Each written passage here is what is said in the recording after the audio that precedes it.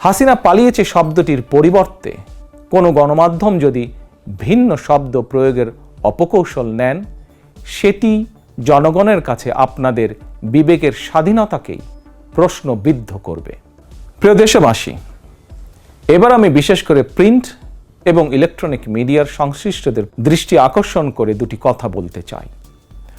গণহত্যাকারী হাসিনা সারা দেশের সংবাদপত্রের স্বাধীনতা কেড়ে নিয়েছিল। সংবাদপত্রের স্বাধীনতা হরণকারী হাসিনা পালিয়েছে জনগণের অভ্যুত্থানে। জনগণের প্রত্যাশা, আপনারা আপনাদের যার যার সংবাদপত্রে নির্ভয়ে এই শব্দটি লিখবেন, হাসিনা পালিয়েছে। হাসিনা পালিয়েছে শব্দটির পরিবর্তে কোনো গণমাধ্যম যদি ভিন্ন শব্দ প্রয়োগের অপকৌশল নেন, সেটি জনগণের কাছে আপনাদের বিবেকের স্বাধীনতাকেই প্রশ্নবিদ্ধ করবে।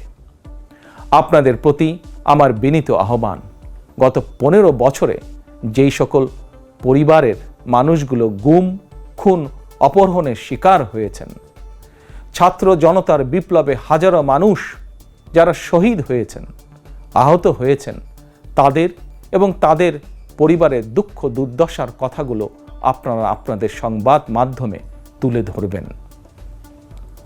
সাগররুনি হত্যা মামলার তদন্ত এক যুগেও কেন শেষ হলো না, সেই প্রশ্ন আপনারা আপনাদের মাধ্যমে তুলে ধরবেন।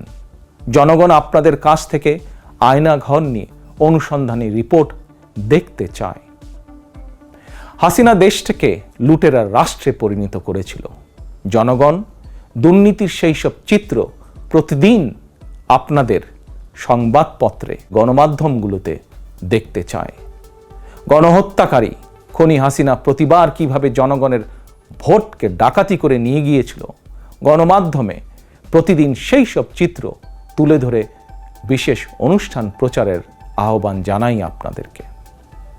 গণমাধ্যমে হাসিনার অপকর্ম ফ্রেমবন্দি থাকলে ভবিষ্যতে আর কেউ হাসিনার মতন ভোট ডাকাতি, গণহত্যায় লিপ্ত হতে সাহস করবে না, যা বাংলাদেশের ভবিষ্যৎ গণতন্ত্রের ভিতকে মজবুত করবে এবং ক্ষমতাসীনদেরকে স্বৈরাচারী আচরণ থেকে বিরত থাকতেও বাধ্য করবে।